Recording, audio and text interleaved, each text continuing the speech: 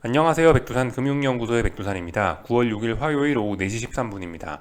미국 증시는 어제 휴장이었고 유럽은 정상적으로 개장했는데 어제 급락 마감을 했습니다. 장막판에 아래 꼬리를 좀 달면서 반등 시도하긴 했는데 일단 그다지 큰 의미를 부여하기는 어려울 것 같고 하여튼 하락 마감을 했었다라는 거예요.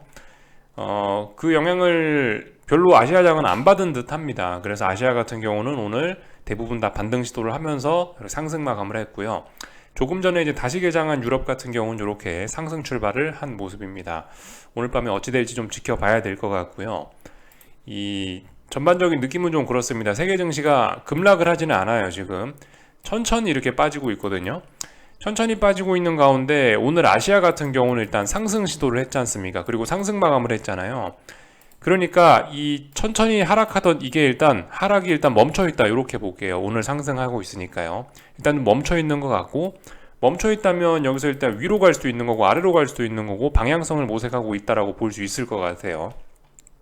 물론 하락이 멈춘 거기 때문에 아래쪽으로 가고 있던 도중에 멈춘 거기 때문에 여전히 방향성에 대한 기대감은 아래쪽에 대한 기대감이 좀 더 높을 수가 있긴 한데 위쪽으로 가능성도 충분히 열려 있는 그런 상황이라는 거죠. 방향성 모색이라는 거죠. 위로도 갈 수 있고 아래로도 갈 수 있다. 하락을 멈춰놨다. 일단 이렇게 보시면은 될 것 같습니다.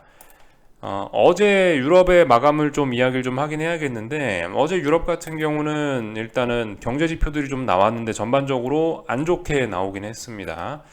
보시면은 여기 빨간 불들이 좀 많이 들어와 있죠. 이 빨간 불이라는 게 경제가 안 좋다라는 걸 의미하는 겁니다. 그래서 뭐 스위스 GDP 뭐 이런 게 뭐 안 좋게 나왔고 물론 뭐 좋게 나온 것도 있어요. 뭐 이탈리아 서비스 PMI 좋게 나왔고 뭐 프랑스에 있는 PMI들이 좀 좋게 나왔고 근데 일단 안 좋게 나온 것들이 좀 훨씬 많긴 합니다. 각종 PMI들 50 아래에 나와 있는 것들이 지금 굉장히 많고요. 50 아래, 50 아래, 50 아래죠. 각종 PMI들이 나왔는데 전부 50 아래로 나왔고 영국 지표 이런 것들 50 아래로 나와 있고요. 하여튼 뭐 각종 지표들이 좀 안 좋게 나왔다라는 거 이런 것들이 유럽 증시 어제 급락에 좀 영향을 미치긴 했겠죠. 그래서 유럽 증시 내용을 좀 잠깐 살펴보자면은 어제 밤에 독일 증시 같은 경우는 이렇게 이 9월 2일 날 상승한 걸 전부 다 되돌리면서 급락을 했었고 장 막판에 아래 꼬리를 좀 달면서 올라왔다라는 거 그리고 지금 현재는 일단 상승 출발을 했다라는 걸 볼 수가 있겠습니다. 일단 아래쪽으로 계속 잘 진행 중이긴 한 거고 지금 이렇게 반등 시도를 하거나 이렇게 할 만한 자리이긴 해요. 그런 시도를 해볼 만한 자리이긴 합니다. 왜 그러냐면은 말씀드렸다시피 선물 300에 해당하는 중요한 자리까지 내려왔기 때문이죠. 선물 300에 해당하는 코스피 선물 300에 해당하는 이게 레벨업이냐 중장기적인 레벨업이냐 레벨 다운이냐를 결정하는 중요한 자리까지 내려왔기 때문에 이런 자리 부근에서는 솔직히 꿈틀 할 수 있다고 생각하거든요. 그래서 일단 꿈틀하는 과정이다라고 일단 보고 있습니다.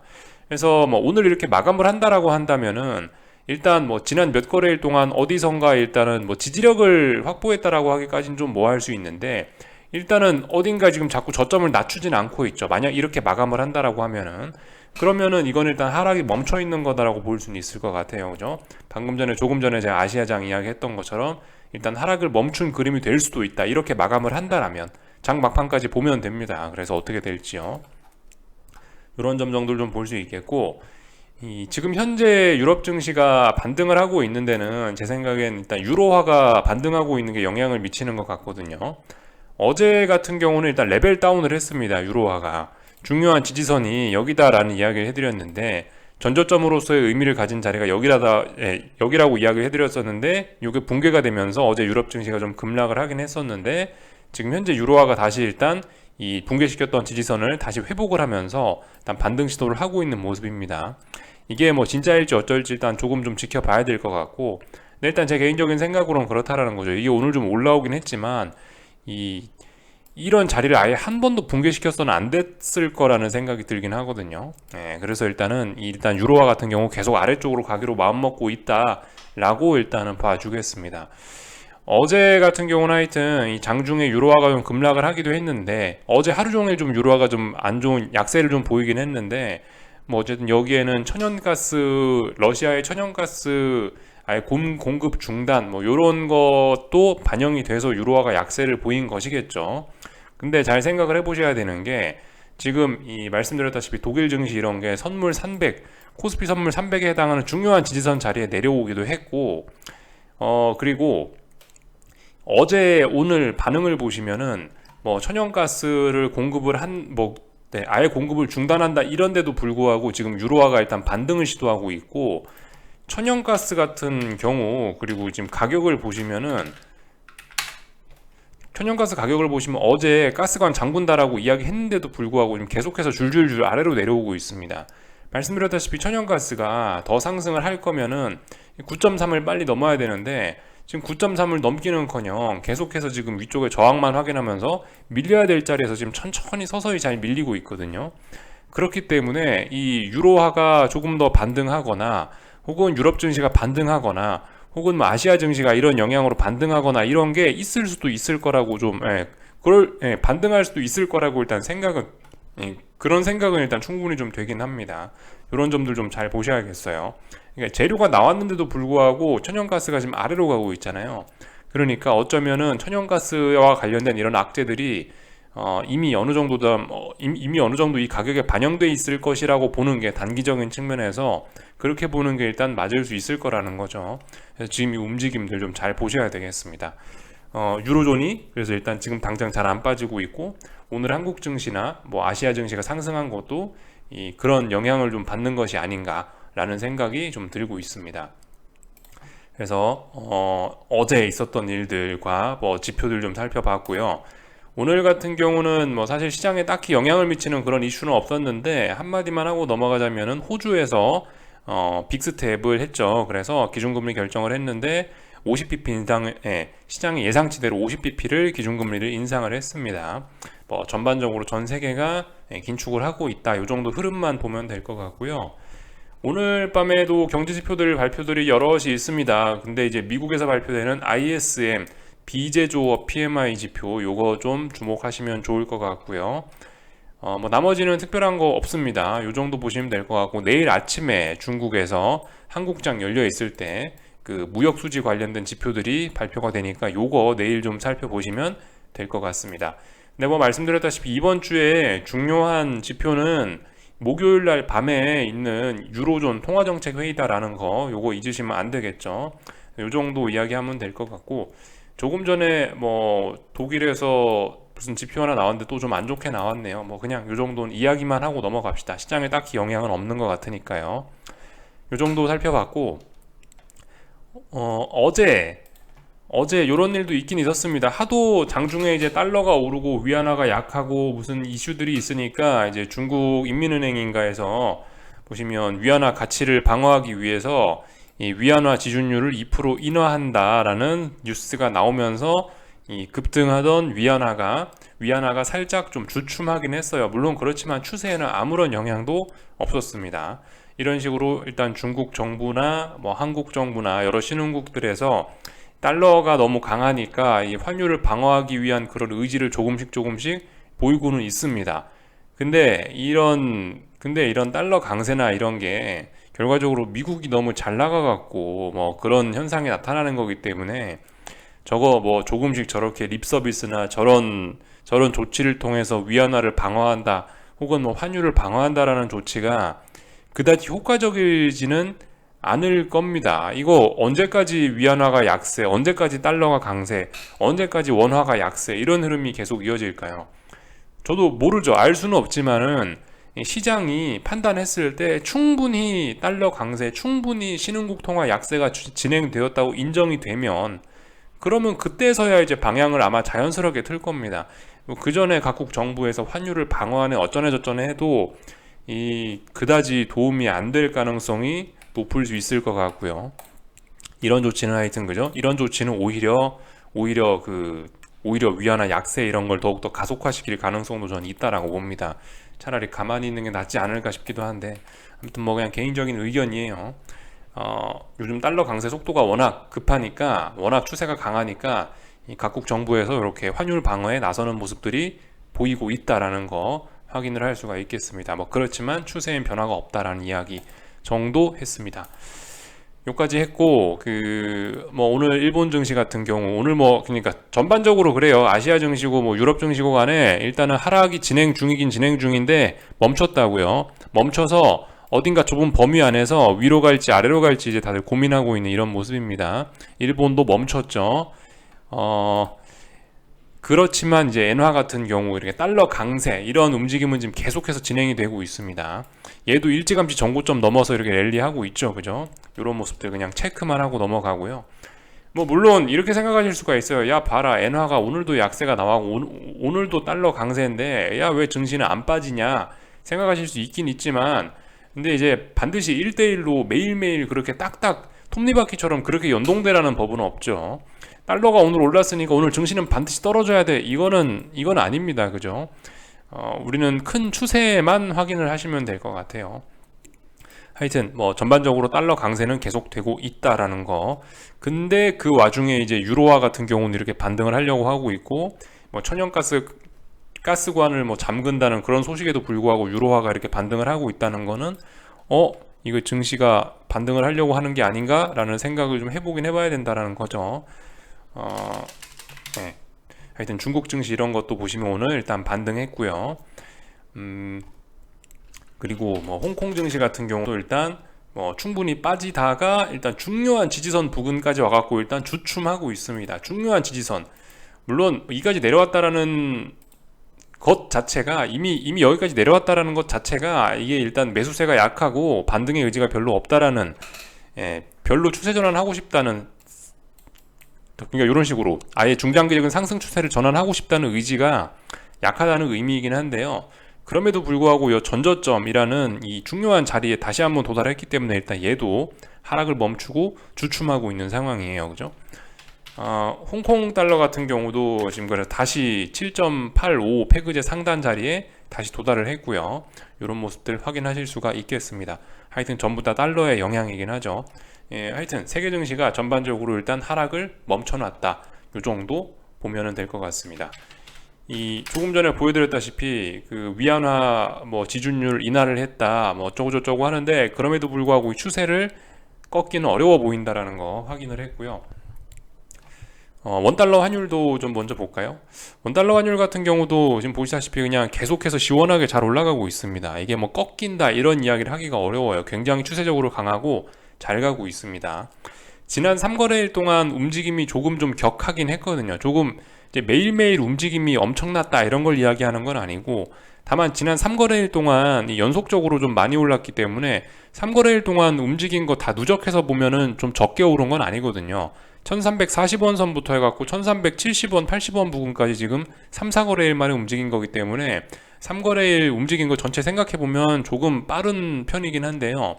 그래서 그런지 일단 오늘 같은 경우 좀 다소 주춤하는 이런 모습들 보이고 있습니다. 물론 위로 잘 가고 있는데 속도가 좀 주춤해졌다, 그죠? 이런 점들 우리가 좀 확인을 해볼 수가 있을 거고, 이 코스피 같은 경우도 지금 보시면 그래서 지금 하락을 지금 멈추고 주춤하고 있는 거예요. 저점을 계속해서 막 낮추고 그러지도 못하고 있고, 물론 그렇다라고 해서 이게 지금 강력한 매수세가 나오고 이런 건 아닙니다. 그렇게 볼 수는 없습니다. 왜냐하면 이 양봉이 나오거나 그런 것도 아니고 상승했다 하더라도 상승폭이 그렇게 큰 게 아니기 때문에 야 뭐 엄청난 매수세가 등장했다 이렇게 해석하기는 어렵지만은, 일단 하여튼 보시면은 하락이 멈춰 있는 겁니다. 지난 3거래일 동안 한 312 정도부터 해가지고 한 314 요 정도 선에서 한 2포인트 내에서 이렇게 좀 이 움직임이 좀 멈춰 있는 상황이고요. 이쯤 했으면 위로도 갈 수 있고 아래로도 갈 수 있는 상황인데, 일단 아래쪽으로 가는 게 조금 더 유리한 상황이 맞긴 맞습니다. 그렇지만 뭐 미국이 오늘 밤에 상승 마감하거나 그러면은 방향성을 좀 위쪽으로 틀면서 다시 318 부근까지 상승 시도를 할 수도 있겠죠. 반등 시도를 할 수도 있겠죠. 하여튼 지금 같은 경우는 이거를 그림을 보실 때, 이걸 좀 해석하실 때 뭐 강력한 매수세가 있어서 아래쪽으로 잘 안 빠진다라고 보기보다는 일단 어떤 매수세가 확인된 건 없습니다. 전반적으로 다 음봉이고 이렇기 때문에 매수세가 확인됐다라고 하기보다는 매도세가 오랫동안 지속이 되고 있는데, 오랫동안 지속이 되다 보니까 매도세 자체가 조금 힘이 빠진 것이 아니냐 요 정도 생각이 듭니다. 의미 있는 매수세가 등장했다가 아니고 하도 오랫동안 이제 주식 매도 이런 식으로 좀 흐름이 이어져 오다 보니까 매도세 자체가 조금 좀 힘이 빠져서 이렇게 지금 공격적으로 저점을 낮추지 못하고 이런 식으로 흘러가고 있는 게 아니냐라고 일단 이렇게 해석을 하고 있습니다. 하여튼 방향성이 지금 일단 하락 진행 중에 멈춰 있는 거고, 위로든 아래로든 어디로든 일단 갈 수 있는 그런 상황에 와 있으니까 잘 지켜보기는 해야 되겠죠. 이 정도 이야기를 좀 드리면 될 것 같고, 이 코스닥 같은 경우는 오늘 1100짜리에 대한 저항을 다시 한번 확인했습니다. 그죠? 상승 마감했지만 강력한 매수세가 등장했다라고 역시 볼 수 없습니다. 이거 같은 경우도요. 0.4%나 올랐을지 모르겠지만은 이 강력한 매수세 이런 걸 이야기하려면 최소한 양봉으로 마감을 하거나 중요한 저항은 돌파 한 장 했었어야 된다라고 봅니다.